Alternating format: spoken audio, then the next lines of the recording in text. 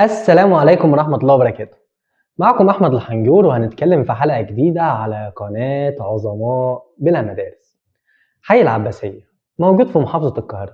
أسسه واحد عنده صفات غريبة شوية وتم اتهامه بالجنون، وبعد وفاته اتأسس في العباسية أول مستشفى أمراض نفسية في مصر، وعشان كده اتعرفت العباسية إنها حي مستشفى المجانين. تعالوا نعرف إيه قصته.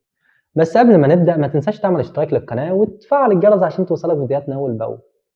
العباسية هي نفس موقع صحراء الريدانية، واتسمت الصحراء بالاسم ده نسبة إلى ريدان الصقلي، وده من أهم قادة الخليفة الفاطمي العزيز بالله. والصحراء دي حصل فيها معركة الريدانية سنة 1517 بين جيش المماليك بقيادة السلطان طومان باي والجيش العثماني بقيادة السلطان سليم الأول، وانتهت المعركة بانتصار الجيش العثماني. وعشان العباسية كانت عبارة عن صحراء، فالناس كانت بتاخد منها الحصى والزلط عشان يبنوا البيوت في القاهرة، فتعرفت باسم منطقة الحصو. وكمان اتشهرت المنطقة دي بميدان الكسوة، لأن كان المحمل بتاع كسوة الكعبة كان بيبدأ من القلعة وبينتهي في المنطقة دي. وكان مع المحمل ده الحجاج بيباتوا في أول ليلة ليهم في منطقة الحصوة، وتاني يوم بيتحركوا للبحر الأحمر وبعد كده لمكة المكرمة. اللي خلى المنطقة دي يكون فيها تطور ملحوظ هو حاكم مصر الوالي عباس حلمي الأول، وقرر تشييد سكنات عسكرية للجيش المصري على حافة الصحراء، وكمان عمل قصر فيها، فده شجع الناس على تعمير المنطقة، واتسمت العباسية نسبة لعباس حلمي الأول.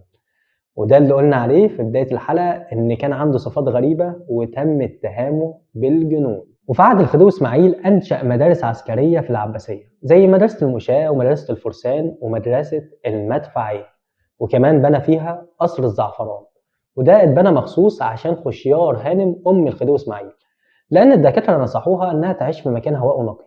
واتبنى في الحديقة بتاعة القصر مساحة كبيرة من نبات الزعفران، عشان كده اتسمى القصر بالاسم ده. وبعد كده القصر ده بقى مقر لجامعة إبراهيم باشا اللي هي جامعة عين شمس دلوقتي. الخديوي إسماعيل برضه مد للعباسية سكة الحديد وأنشأ ميدان لمسابقات الخيول، وانتشرت بعد كده المنشآت الحيوية والمصالح الحكومية زي ما قلنا جامعة عين شمس ووزارة السياحة ووزارة الكهرباء. ولأن الجو والهواء في العباسية نقي جدا اتعمل فيها مستشفيات كتير زي المستشفى اليوناني والمستشفى الإيطالي ومستشفى الحميات ومستشفى الدمرداش، بس أشهرهم مستشفى الأمراض النفسية، وسبب الشهرة دي إنها أقدم مستشفى لعلاج الأمراض النفسية في مصر. والمستشفى دي زمان كانت عبارة عن قصر، وحصل فيه حريق دمر القصر كله ما عدا مبنى مكون من دورين تم إعادة بناؤه بعد الحريق وتلون باللون الأصفر، وعشان كده اتسمت السرايا الصفراء.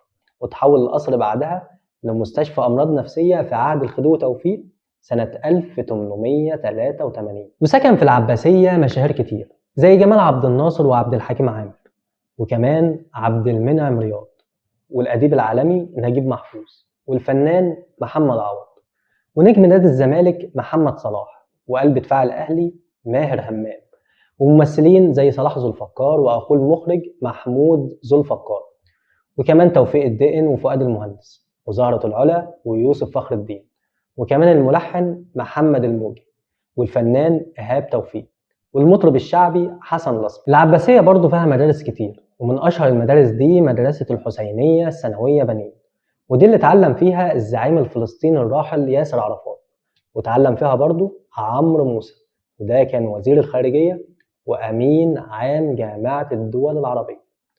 ودي كانت قصتنا النهاردة. شكرا ونشوفكم في حلقة جديدة.